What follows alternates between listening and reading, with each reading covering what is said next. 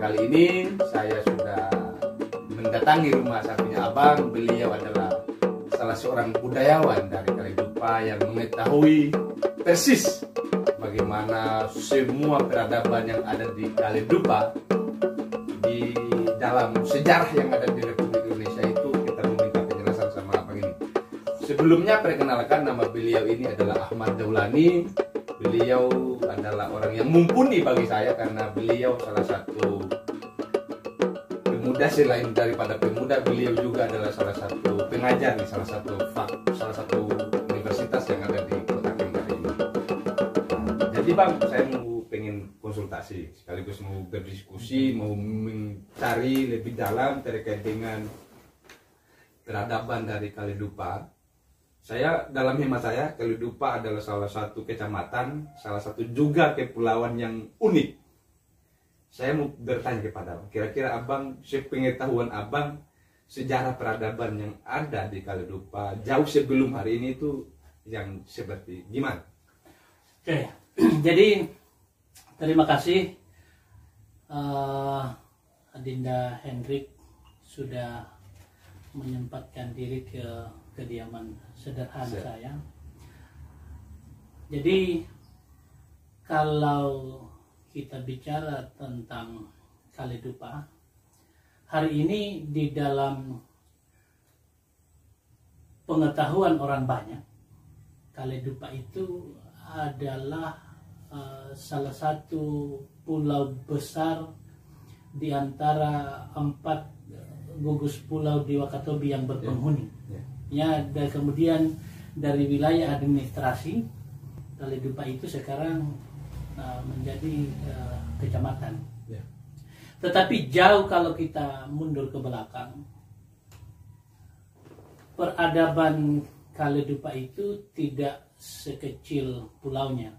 Bahwa di peradaban masa lampau, Kalidupa itu sudah ada peradaban yang di masa kepemimpinan komunal. Jadi kepemimpinan komunal itu oleh masyarakat Kalidupa itu mengenalnya dengan istilah Sarasarafungka. Sarasarafungka. Jadi Sarasarafungka itu penduduk di mana mendiami perbukitan. Perbukitan. Jadi yang ada di Kalidupa. Jadi kalau kita tarik secara garis kepemimpinan, Kalidupa itu terdiri dari 3 wilayah bukit yang besar. Tetapi bukan hanya 3 bukit itu yang berpenghuni. Ada banyak, hampir semua bukit, bahkan semua bukit itu berpenghuni sebenarnya. Ada Bukit Pangilia, itu berpenghuni. Bukit Pangilia. Ada Bukit Tapaa, ada Kota Labansa, ada Tioma, ada Patua, ada Horuo. Cuman di dalam koordinasi kepemimpinan, Pulau Kalidupa itu terdiri dari 3. Jadi istilahnya ada Umbosa, wilayah Umbosa. Itu wilayah Umbosa itu pusat peradabannya di Pungka Pangilia. Kemudian masuk di daerah tengah itu dia masuk pusat peradabannya di Pungka Patua Bente. Kemudian di wilayah Sioga, wilayah di sebelah barat, itu pusat pemerintahannya, itu pusat peradabannya itu ada di Fungka Horuo. 3 Fungka ini itu memiliki pemimpin. Jadi keseluruhan Pulau Kalidupa itu dibagi menjadi 3 wilayah. Jadi wilayah Umbosa ada Pungka Pangilia, itu dipimpin oleh La Serevaha. Kemudian di wilayah tengah itu wilayah Patua Bente, itu dipimpin La Rahamani. Kemudian di wilayah barat, wilayah Siopa, itu dipimpin oleh La Taayoni. Itu Bang, saya mau bertanya, itu daerah-daerah yang telah Abang sebutkan tadi itu mereka sebelum terbentuknya kerajaan atau gimana? Jauh sebelum terbentuk kerajaan, mereka ini sudah mendiami perbukitan. Jadi di Sarasarafungka itu kan bahasa lokal untuk bukit. Nah, Ya. jadi keyakinan di masa Sara-Sara Pungka itu masih menganut kepercayaan kuno nenek moyang kita, animisme dan dinamisme. Tetapi pemimpin ini bersaudara. Sehingga di dalam peradabannya ini, sepanjang eksistensi Sara-Sara Pungka ini, hampir tidak pernah terjadi konflik horizontal. Artinya dalam arti bahwa mereka perang antar komunal itu tidak. Cuman di masing-masing wilayah ini dikelola tersendiri-sendiri. Mereka punya wilayah batasan-batasan wilayah juga. Nah, begitu dia. Nah, saya mau bertanya, Pak. Yang ini kan saya mau pengen tahu sebelum zaman kerajaan, jauh sebelum hari ini juga, kondisi sosial budaya, hukum dan politik yang ada di Kalidupa itu sendiri gimana? Pada umumnya kehidupan politik di sana dari kepemimpinan Laserebaha ini diambil dari bapaknya juga. Ya. Jadi seperti itu. Hanya memang wilayahnya kecil. Kalau kita bicara tentang perekonomian di zaman Sara-Sara Pungka, di wilayah Pungka Patua itu ada satu pelabuhan yang menjadi sentral perdagangan internasional di Sampua Buranga itu, yang hari ini dikenal sebagai Dermaga Buranga. Itu menjadi peradaban sentral perdagangan di masa itu atau di masa itu. Karena memang kalau kita dari jalur transportasi laut itu, kalau dari kerajaan tetangga itu dari Buton, kemudian dari Goa, kemudian ke wilayah timur Maluku, Ternate sampai ke Kiser, itu pasti melintasi Sampua Buranga ini, sehingga dia menjadi daerah yang strategis untuk jalur perdagangan. Di masa itu terkenal itu Sampua Buranga. Itu sebagai jalur itu yang di bagian ekonomi. Di bagian ekonomi. Kalau nanti berbicara soal hukum, Bang, di sana gimana? Berbicara hukum, ada satu peristiwa yang masih dikenal oleh hampir seluruh masyarakat Kalidupa itu. Walaupun sekarang kita sudah masuk di peradaban modern, ada perseteruan antara Kapita Lamanungkira dengan Kapita Lagoga. Jadi di masa itu, Lamanungkira ini adalah panglima perang. Panglima perang wilayah Pungka Pangilia. Lagoga ini dia adalah orang yang sakti, kemudian merebut istri Latayoni yang merupakan pimpinan Pungka Horwo. Nah, karena Latayoni ini adalah adik dari Laserewaha, juga Larahamani, maka Laserewaha ini mengutus panglimanya untuk mengadili Lagoga ini. Jadi Lagoga itu merebut Fasauleama namanya. Fasauleama itu adalah istri dari pimpinan Pungka Horwo. Pimpinan. Jadi direbut oleh Lagoga ini. Nah, jadi untuk menegakkan keadilan, maka Laserewaha ini dia mengutus Kapita Lamanungkira. Jadi didatangi itu jadi menyeberang dari wilayah Pangilia, wilayah Umbosa itu, mendatangi di wilayah Siopa Lagoga. Nah, pada perseteruan Lagoga juga ini dia orang sakti.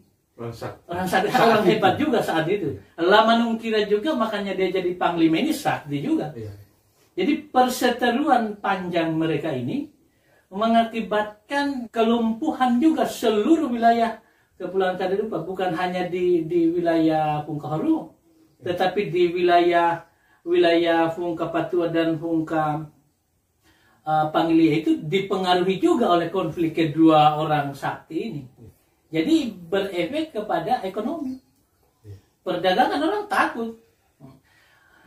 Sehingga di perseteruan yang begitu panjang muncullah seseorang yang mendamaikan keduanya. Dipanggillah orang ini dengan sebutan Lakotogau.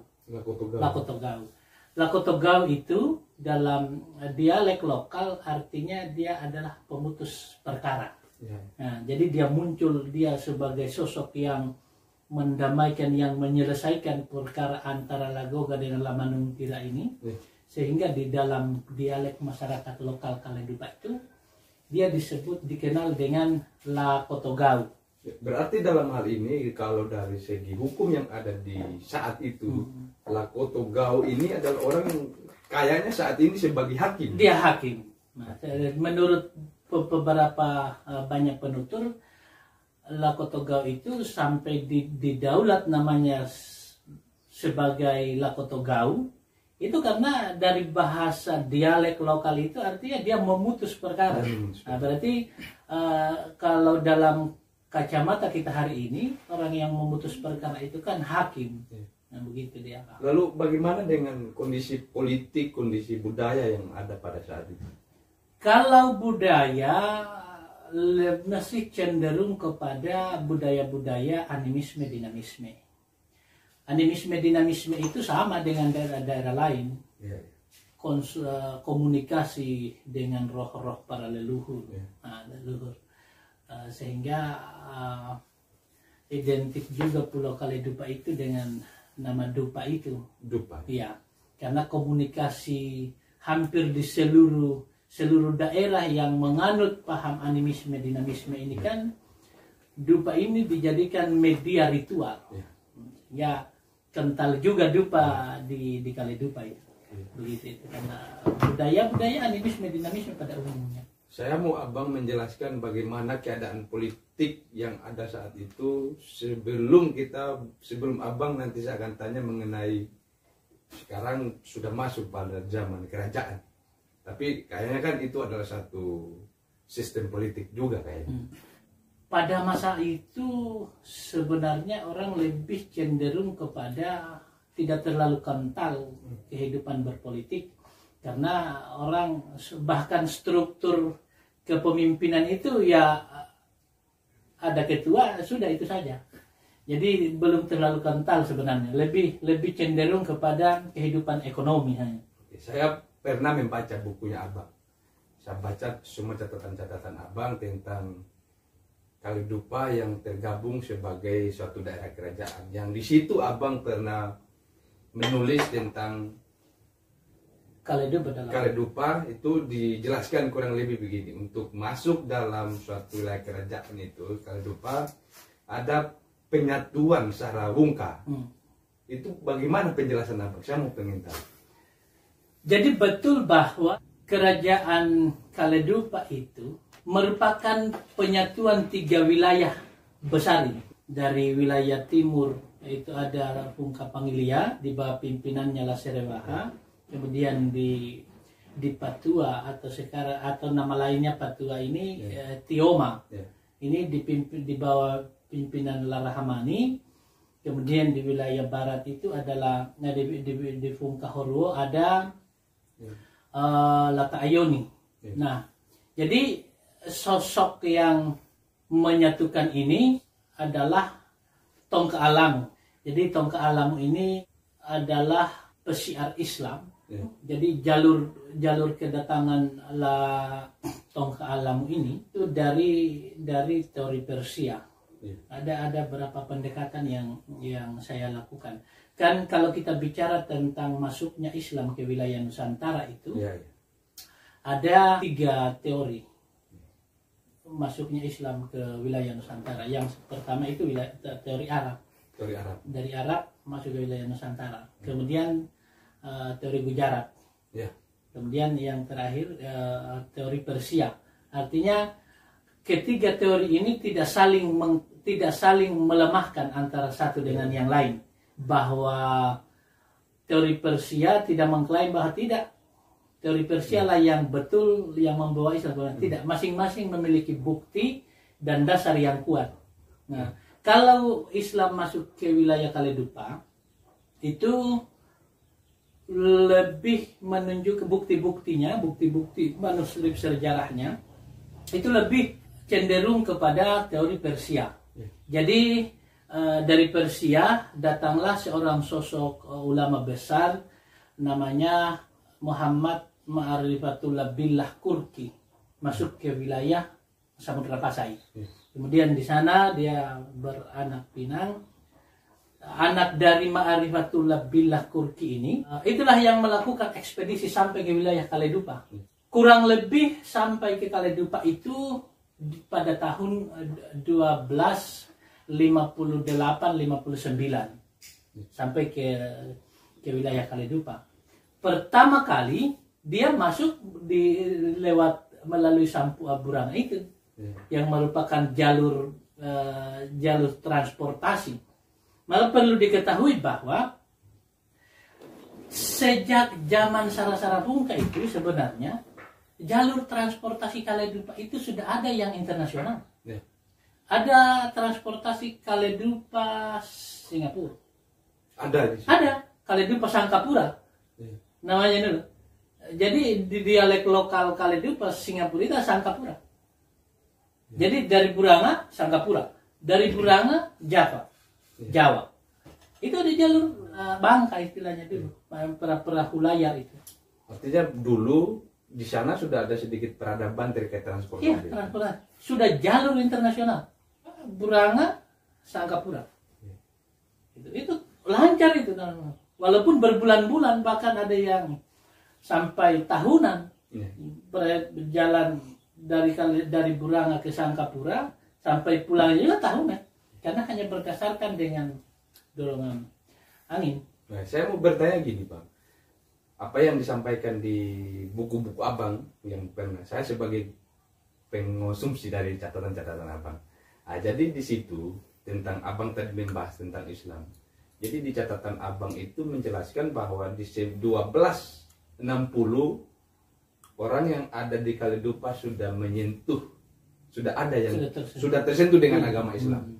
Tapi kemudian terakhir di sejarah-sejarah nasional misalkan dulu di SD, di zaman SD sampai kemudian saya masih kuliah, bahwa Islam yang pertama masuk di Nusantara melalui Samudra Pasai itu di 1297. Abang kira-kira menjelaskan gimana? Karena ada benturan sejarah gitu. Sebenarnya ada banyak fakta sejarah yang kemudian dikaburkan oleh peradaban Jawa. Sampai-sampaikan saya juga masih sekolah dulu itu, kita diajarkan tentang sejarah Jawa. Padahal kan kita tahu Nusantara ini itu kaya akan sejarah. Masing-masing kepulauan itu, masing-masing Kalimantan, Maluku, Aceh, apalagi Jawa, Bali, Irian Barat, Makassar di Sulawesi, di Buton, itu kan punya sejarah lokal tersendiri yang begitu banyak. Seharusnya kalau tidak ada upaya pengaburan sejarah oleh peradaban Jawa, kan harus dikembalikan di muatan lokal, itu diajarkan oleh masing-masing eksistensi budaya setempat. Nah, artinya ada budayawan lah di situ yang agak berperan. Iya, jelas di tahun-tahun kalau kita mundur ke belakang, tidak usah terlalu jauh, 50 tahun ke belakang masih banyak para pelaku sejarah, termasuk kakek saya masih pelaku sejarah. Ada memang semacam pengaburan fakta sejarah oleh peradaban Jawa. Nah, karena kenapa?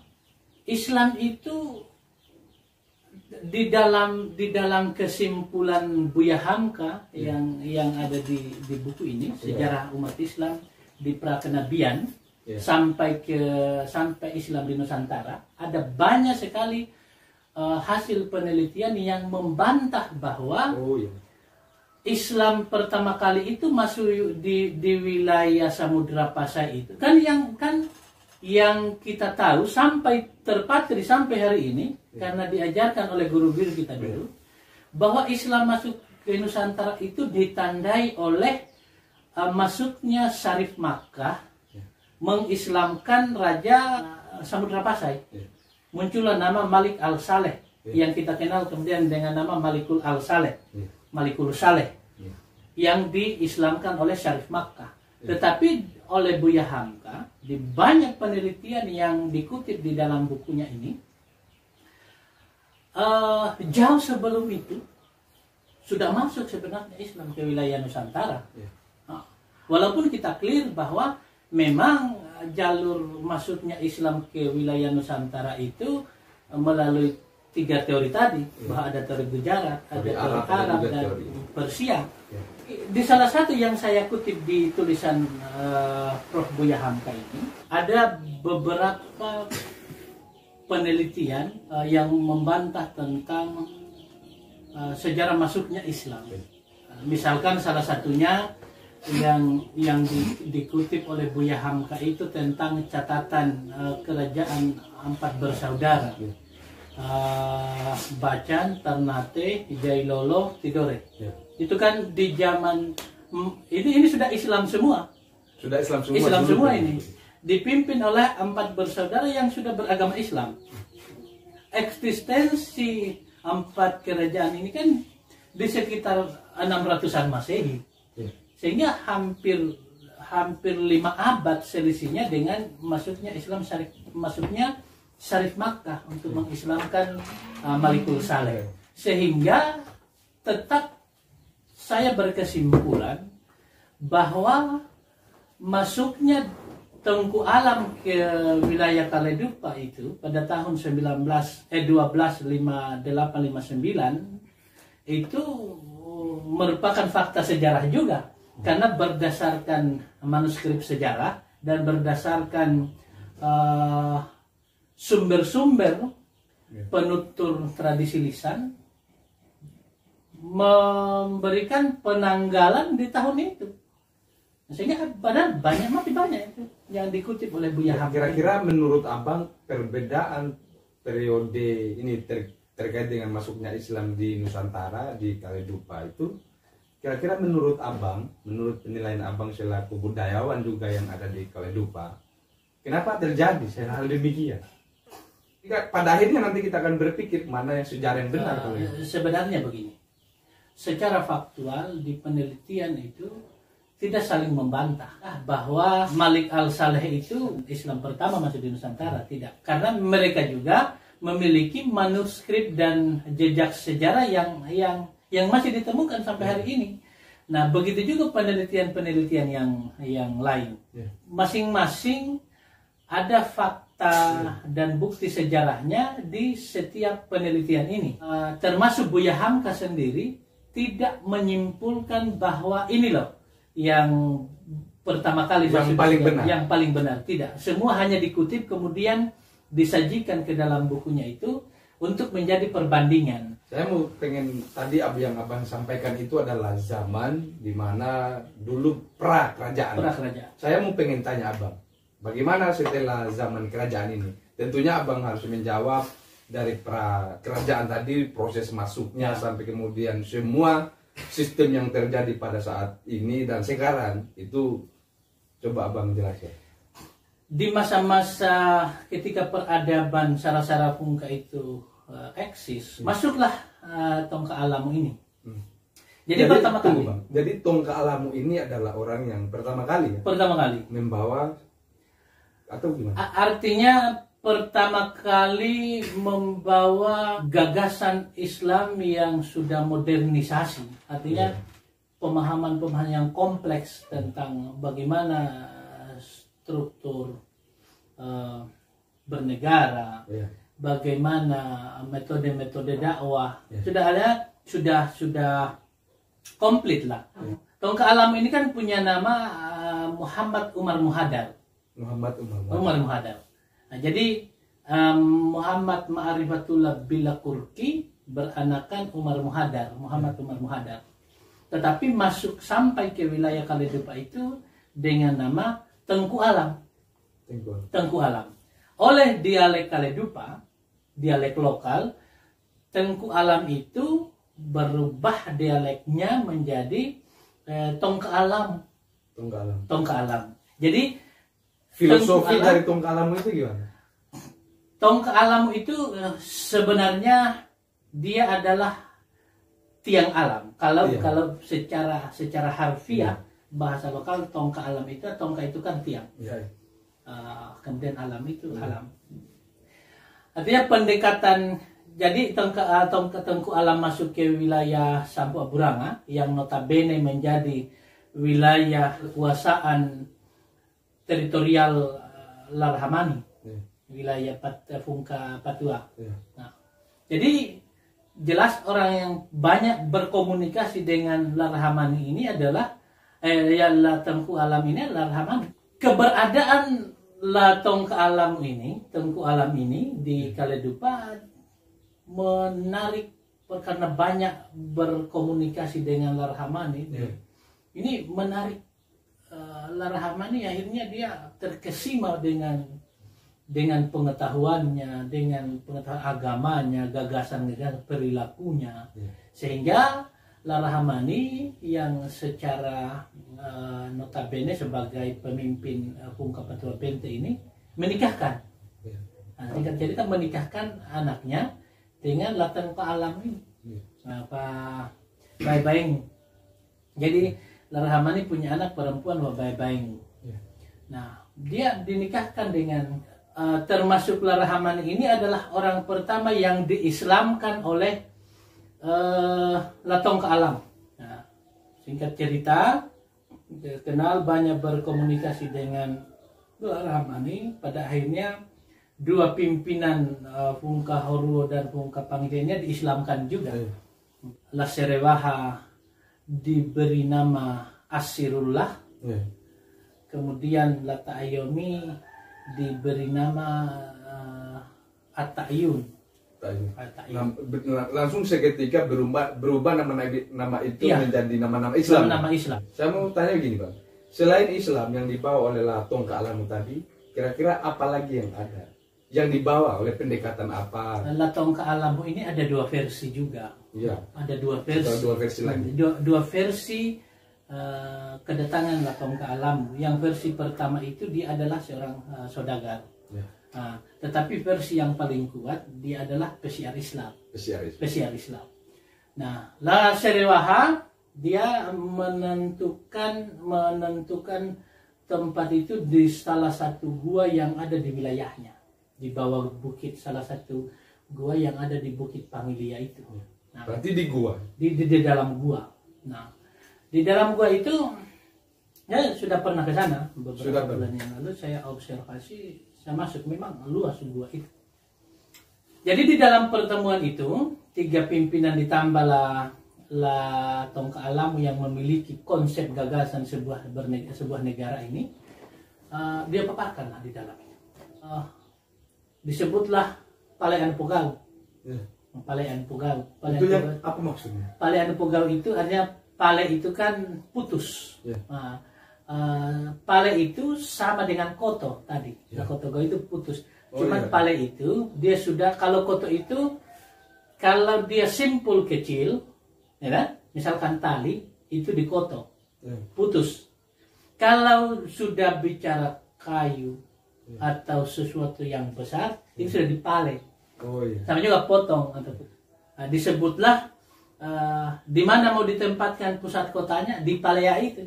Jadi bukit gua, bukit di atasnya itu disebut sebagai Bukit Palea mulai sejak itu. Jadi ada berapa yang diputuskan di situ? 1. 3 wilayah komunal ini disatukan menjadi sebuah kerajaan. 2 pusat peradaban sebagai kota untuk penyatuan ini disebut sebagai Palea. Kemudian Tengku Alam dengan gagasannya yang mengerti tentang pengelolaan sebuah negara didaulat dia sebagai raja pertama. Jadi pada saat itu memang terbentuklah di situ. Langsung terbentuk di situ. Dan terbentuk di situ. Jadi Tengku Alam ini dia ketika ditunjuk menjadi raja bergelar Muhammad Dangi Tengku Alam. Muhammad Dangi Tengku Alam itu didaulat sebagai raja pertama kerajaan Kaledupa. Larhamani dan Lata Ayoni sebagai Kamansuana. Kamansuana itu penasihat raja. Larhamani anak tertua, Lata Ayoni yang paling bungsu. Ini Kamansuana. Kemudian Laserewaha sebagai Pangilia Para, Panglima Perang. Ada juga di situ. Iya, Pangilia Para. Kemudian yang diputuskan adalah undang-undang sebagai ideologi berkaledupa. Itulah muncullah, Undang-undang. iya, muncullah Gausatoto. Gausatoto pada saat itulah tercetus. Iya, Gausatoto itu adalah ideologi berkaledupa. Gausatoto itu terjabar 3 prinsip hidup. Kede dikili, duduk bersimpuh kecuali di atas kebenaran. Kemudian parangkai di bandara berpegang teguh kepada kebenaran, dan filangka di toto. Jalan kecuali di jalan yang lurus. Lurus dalam artian sesuai dengan syariat. Nah, dari 3 falsafah prinsip hidup ini dilaksanakan dengan di dalam prinsip tara turu toro. Tabah, sabar, dan teguh. Itu adalah filosofi yang pertama kali Iya. diputuskan. Nah, jadi Gausatoto itu pada dasarnya adalah ideologi. Nah, kemudian sekarang Gausatoto itu, makanya Kaledupa itu kan dikenal dengan Togo Gausatoto. Iya. Di akhir-akhir peradaban bergabungnya Buton dengan Kaledupa itu, kan Gausatoto itu tidak lagi menjadi ideologi karena Buton sudah memiliki martabat 7. Tapi Gausatoto pada saat itu dijadikan sebagai identitas karakter orang Kaledupa. Bahwa orang Kaledupa itu adalah orang yang Gausatoto. Sekarang tinggal menjadi karakter, menjadi identitas karakter ke Kaledupa. Tetapi di eksistensinya Gausatoto itu adalah ideologi berkaledupa. Nah, kemudian setelah diputuskan Gausatoto sebagai ideologi berkerajaan Kaledupa, putuskan juga lah bendera Tombi Tolupang. Kenapa? Dari cabang 3 begini. Jadi panjangnya 5 meter, cabang 3. Jadi cabang 3 ini menyimbolkan tentang 3 bukit yang disatukan. 1 bukit Pangilia, bukit Patua, bukit Pangilia, bukit Haru. Nah, itu juga bendera itu diadopsi ke dalam pakaian adat Kaledupa. Itu dipantau itu kan, yang ada kalau pakaian lariang itu, tarian Kaledupa itu, yang ada pantonya. Panto itu ada sanggul, kemudian ada semacam payung itu, payung kerajaan yang tancap 3 itu. Ada 3 itu adalah payung kekuasaan yang disatukan menjadi satu di atas bukit Palea itu. Makanya sanggul. Saya tertarik dengan yang 5 meter tadi itu, Pak. Jadi selama bahkan sejarah dunia yang ukuran 5 meter itu hanya ukuran bendera di zaman 4 sahabat dulu. Ya, terus jadi, itu kemudian ada ukuran 5 meter di Kaledupa. Itu gimana kira-kira penafsiran dari 5 meter itu? Jadi 5 meter itu sebenarnya Tombi itu, di Tombi Kaledupa itu ada satu disebut juga dengan bendera syariat Islam. Bendera syariat. Ya, menurut para penutur bahwa bendera itu tidak dibikin di Kaledupa, tapi di Turki. Di Turki. Berarti memang ada sudah pusat ini ya? Ya kan di zaman itu sudah ada, Turki Utsmani sudah terbentuk. Jadi ada di bendera itu ada lafaz Allah, dan logo bintang Daud. Jadi kan sekarang kalau kita perlihatkan bendera itu, sekarang orang pikir, kenapa ada bintang Daud? Yahudi ini. Ya, padahal bintang Daud itu dipakai oleh Yahudi kan nanti runtuhnya Khilafah Utsmani. Wah, kan kerajaan itu kalau kita mengklaim bahwa Kaledupa itu sebuah kerajaan, di teori umumnya minimalkan memiliki 4 syarat. Ada raja, ada rakyat, ya kan? Ada wilayah. Nah, jadi ada pemerintahan, ada rakyat, ada wilayah, ada simbol. Kaledupa bukan hanya 4, bahkan 7. 7 ya? 7. Ada raja dan strukturnya raja, Kamansuana, Pangilia Para. Ya, nah? Yang disepakati sebelum yang pas pada saat pembentukan pembentukan itu. Ya. Kemudian ada bendera kehidupan. Ya. Nah, yang ini ya. Ini. Kemudian ada undang-undang, ada ideologi, Gausa Toto, falsafah Gausa Toto. Kemudian wilayah, jelas wilayah teritorialnya seluruh Pulau Kaledupa itu penyatuan dari 3 wilayah komunal ini.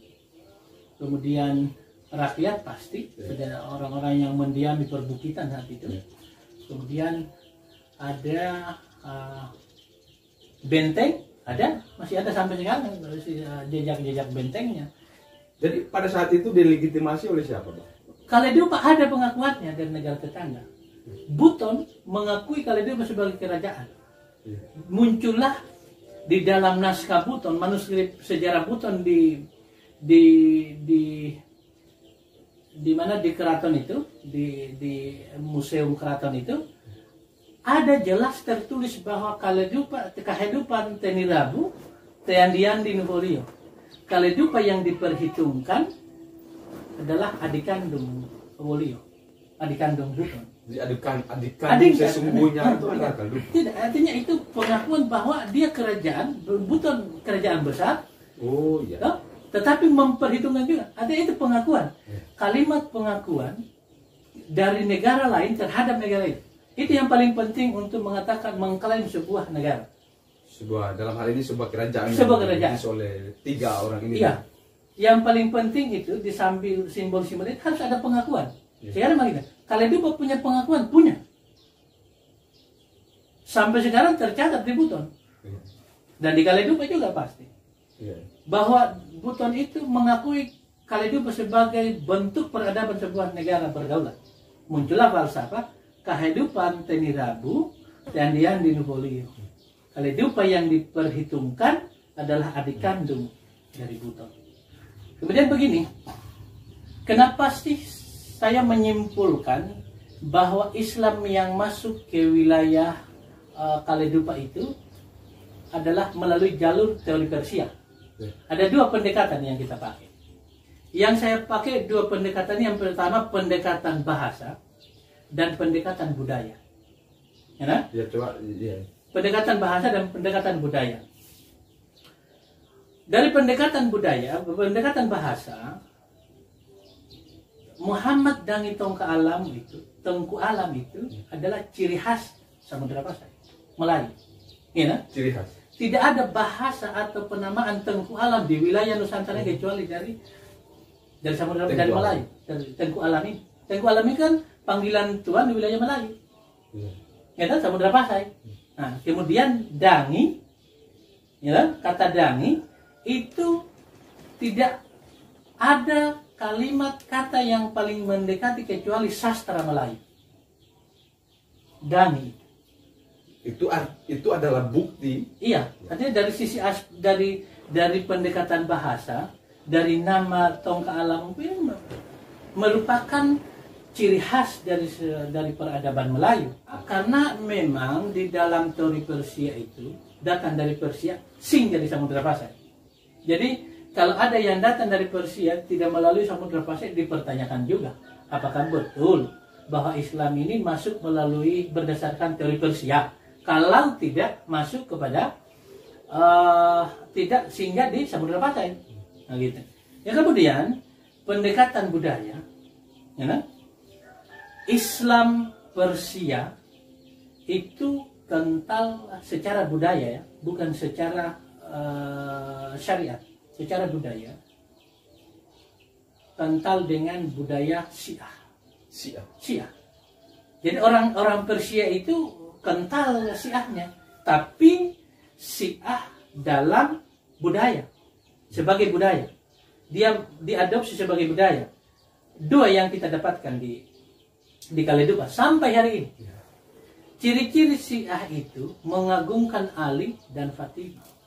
Nah, sampai hari ini masih banyak mantra, ritual-ritual itu yang kalau tidak diawali dari Tiko Ali Kene Fatimah, dia berakhir atau Diko Ali Kene Fatimah. Dia mengagungkan sosok Ali dan Fatimah, itu ciri khas dari Syiah. Dua, budaya Syiah yang ada di Kaledupa sampai di tahun 90-an itu masih ada, itu tentang kalau budaya Syiah ini menganggap bulan Safar itu sebagai bulan sial, sehingga kita harus buang sial, mandi di laut. Kaledupa mungkin sampai di Kaledupa sampai tahun 90-an itu masih kental, masih ramai itu. Kalau setiap satu Safar itu mandi di laut. Kalau kita tanya kenapa mandi laut? Buang sial. Itu bekas jejak-jejak dari budaya Persia. Itu kenapa saya menyimpulkan bahwa memang Islam yang masuk ke Kaledupa itu melalui jalur teori Persia. Saya mau bertanya kepada Abang, berapa lama sih sebenarnya Tongka Alamu ini memimpin kerajaan pertama yang ada di Kaledupa? Jadi kepemimpinan Muhammad Dangi Tongka Alam itu sebagai raja pertama kerajaan Kaledupa itu dimulai sejak tahun 1260 Masehi sampai 1310 Masehi. Berarti sekitar 50 tahun. 50 tahun kurang lebih 50 tahun Muhammad Dangi Tongka Alam ini memimpin kerajaan Kaledupa. Iya. Saya mau tanya, apa terobosan besar yang diperbuat oleh ini pemimpin pertama dari kerajaan ini? Jadi setelah dinobatkan, setelah didaulat di pertemuan di Palean Pogao itu, salah satu keputusan yang dihasilkan di dalam gua itu, di perundingan itu, dan dia didaulat sebagai raja pertama Kaledupa dengan gelar Muhammad Dangi Tongka Alam. Setelah berdiri kerajaan Kaledupa, dia pelantikannya itu diadakanlah bersamaan dengan perayaan Karya yang sampai sekarang itu dilestarikan di setiap festival-festival di Kaledupa. Jadi Karya itu sekaligus selain pelantikan Muhammad Dangi Tongka Alam sebagai raja, sekaligus sunatan massal. Sunatan massal. Apa sinkronnya sebenarnya? Kan sebelum dia dinobatkan sebagai raja, Tongka Alam ini kan dia pesiar Islam. Jadi orang setelah 3 pimpinan wilayah Sara-Sara Pungka ini diislamkan oleh Tongka Alamu, ada beberapa rakyat masyarakat Kaledupa yang juga masuk Islam, hingga mereka di tataran anak-anak itu diislamkan oleh disunat massal oleh Muhammad Dangi Tongka Alam yang pertama. Yang kedua, apa yang dilakukan Muhammad Dangi Tongka Alamu selama menjabat memimpin di tahun pertama kepemimpinan Dangi Tongka Alamu itu, dia membangun 3 benteng pertahanan. 3 benteng. Jadi sebelum dia bangun benteng keraton pusat kota, dia bangun dulu benteng di awal tahun 1260 itu. Dia bangun benteng pertahanan di Patua Benteng. Nah, kemudian di pertengahan dia bangun di wilayah Umbosa, Pangilia, di Pungka Pangilia, dan di akhir tahun 1260 itu dia bangun di Sioba, di wilayah Pungka Patua Haruo, di wilayah Pungka Haruo. Jadi di tahun pertama pemerintahan Muhammad Dangi Tongka Alam ini 3 benteng pertahanan yang dia bangun. Setelah selesai dibangun, dia membangun benteng keraton sebagai pusat kota, pusat peradaban di Palea itu yang dikenal hari ini, ya, dikenal sekarang menjadi dengan nama Palea. Ya, di kota itu, pusat kota itu disebut Palea. Ini terakhir Bang, ada tadi dari awal diskusi saya agak sedikit bertanya-tanya terhadap penamaan dari Burangai. Karena kalau saya tidak salah, Buranga itu ada juga dari Ereke, dari Buton Utara, ada juga tempat lain, ada juga yang di Kalidupa itu sendiri. Iya. Saya mau tanya, apa keterkaitan? Apa mereka ini ada anak kandung atau gimana? Jadi betul bahwa nama Buranga itu teradopsi di selain di Kalidupa, ada juga yang hari ini sebagai ibu kota Kabupaten Buton Utara itu kan di Buranga. Ya. Juga ada di kepulauan, ada juga di Kabupaten Buton, Ya. itu ada Burangasi. Burangasi. Nah, jadi ini sebenarnya tidak kebetulan juga. Ya. Nah, tidak kebetulan. Jadi masa-masa eksistensi Kalidupa ini kan banyak mengeksplorasi kayu-kayu hutan, kayu besar untuk pembangunan di Kalidupa. Ya. Sampai yang rintis Buranga, Kyoko dan sekitarnya, Ya. yang menjadi dengan nama Buranga di Ereke itu adalah orang dari Buranga memang. Wilayah pesisir Buranga yang hidup di wilayah Patua Bente itu, yang memiliki yang pusat perdagangan di Sampua Buranga itu kan arus kapal internasional ini. Ada ke Singapura, ke Jawa, ke wilayah-wilayah sekitar. Jadi untuk menandakan bahwa daerah ini mereka masuki, maka disebutlah dengan Buranga. Di Buranga yang di Ereke. Jadi para orang Kalidupa yang mencari kayu itu menyebut wilayah pertama di Kyoko itu juga Buranga. Tapi memang yang menamakan Buranga itu adalah orang Kalidupa. Nah, kalau Burangasi itu ada nama itu sudah di peradaban yang modern, sudah bergabung di zaman di kerajaan Buton, Kesultanan Buton. Kalidupa tidak berdiri lagi eksis lagi sebagai kerajaan dari Barata. Jadi ada tim, ada rombongan dari pusat itu ingin melihat pembangunan di Buranga ini. Kan Buranga itu adalah ibu kota. Ibu kota pertama Kalidupa itu di Buranga. Sampai masih Wandupa itu masih di Buranga. Jadi karena di perahu layar ini perjalanan lama, jadi tim-tim dari pusat ini tidur, bangun melihat pulau di besar dan bilang Buranga sih. Makanya apakah ini sudah Buranga? Jadi Buranga ini tidak. Sehingga pulau itu yang ditunjuk itu bahwa Burangasi, ya kan bahasa Cedi, bahasa Wolio, itu sudah langsung menjadi nama untuk pulau di Burangasi itu. Tapi pada akhirnya memang tujuannya mereka ini ke Buranga. Tapi karena tidur bangun melihat pulau di depan itu, dia tanya ke nahkoda kapal ini, apakah itu Buranga? Burangasi. Jadi begitu. Jadi tidak kebetulan itu. Jadi semua faktornya ada keterkaitan itu tadi. Bahwa di Buranga di Buton Utara sekarang itu adalah wilayah eksplorasi mencari kayu. Kalau Burangasi itu ada sebenarnya salah alamat dari tim dari pusat ini mengira bahwa apakah itu sudah pulau Buranga. Nah kan bukan. Saya mau pengen abang, ini kan sudah masuk di sesi akhir bang. Saya minta abang untuk memberi closing statement terkait dengan sejarah, terkait dengan budaya Kalidupa kepada semua penonton yang menonton konten Henry Majid ini.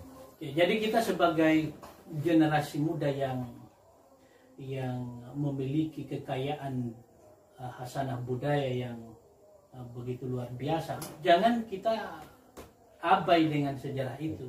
Karena apa? Karena mengenal sejarah itu berarti sama dengan mengenal diri kita sendiri, dan melupakan sejarah itu sama dengan orang-orang yang hilang ingatan, orang yang melupakan bahkan tidak mengenal dirinya sendiri. Luar biasa. Terakhir bahwa mempelajari sejarah tidak akan membuat kita menjadi